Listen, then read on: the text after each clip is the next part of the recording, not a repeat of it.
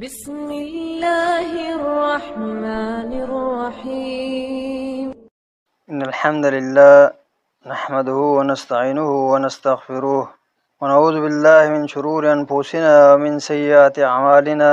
من يهده الله فلا مضل له ومن يضلله فلا هادي له. أشهد أن لا إله إلا الله وحده لا شريك له وأشهد أن محمدا عبده ورسوله.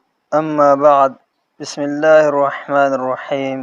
اس سے پہلے گزر چکا ہے جس پر اللہ نے لعنت فرمائی ہے، اور اب ملاحظہ کیجئے نبی صلی اللہ علیہ وسلم کی طرف سے ملعونین، ایسے ہی بعض لوگوں پر صرف نبی کریم صلی اللہ علیہ وسلم نے لعنت فرمائی ہے۔ مثلا نمبر 74، اپنی بیوی کے ساتھ اس کی دبر جائے پاخانہ میں صحبت کرنے والا۔ نمبر 75، 76، جو بلا وجہ اللہ کے نام پر سوال کرے اور جو اللہ کے نام پر سوال کرنے والے مستحق کو بھی کچھ نہ دے۔ نمبر 77، دین کو پس پشت ڈال کر دنیا کے پیچھے بھاگنے والا۔ نمبر 78، راہگیر و مسافر کی قیام گاہ، سائے والی جگہ اور گزرگاہ پر قضائے حاجت و پاخانہ کرنے یا کوئی بھی رکاوٹ پیدا کرنے والا۔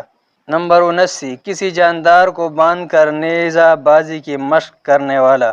نمبر 80، تصویر بنانے والا مصور، فوٹوگرافر۔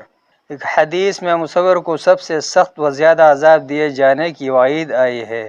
فرشتوں کی طرف سے ملعونین، بعض لوگ وہ بھی ہے جن پر فرشتوں کی لعنت برسانے کا ذکر آیا ہے۔ مثلا نمبر 81، بلا عذر اپنے شوہر کی خواہش پوری نہ کرنے والی عورت پر صبح ہونے تک فرشتے لعنتیں برساتے رہتے ہیں۔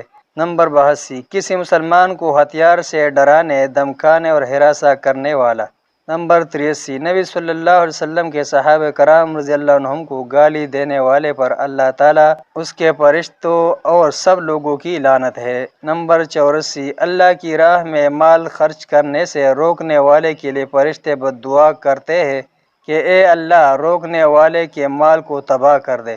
نمبر 85، جس نے رمضان کو پایا مگر اپنے گناہوں کو معاف نہ کروا لیا، وہ اللہ کی رحمتوں سے دور ملعون ہے۔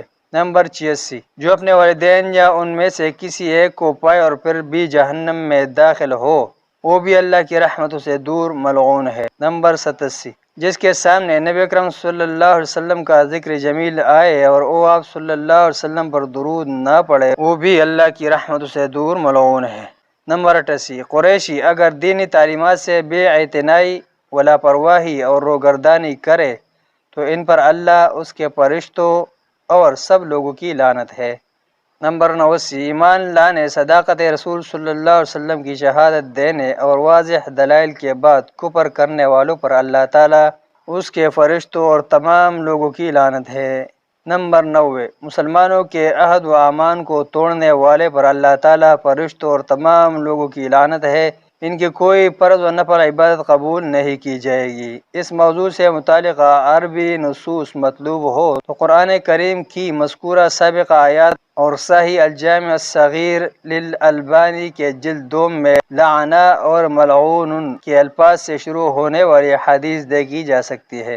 لعنت اور رحمت کے مستحق لوگوں کو قرآن کریم و حدیث کی روشنی میں محترمہ ام حمزہ کیلانی الریاض نے اپنی مذکورہ نام کی کتاب میں یکجا کر دیا ہے، جبکہ پروفیسر ڈاکٹر فضل الہی کی کتاب فرشتوں کا درود پانے والے اور لعنت پانے والے بھی مفید مطلب ہے۔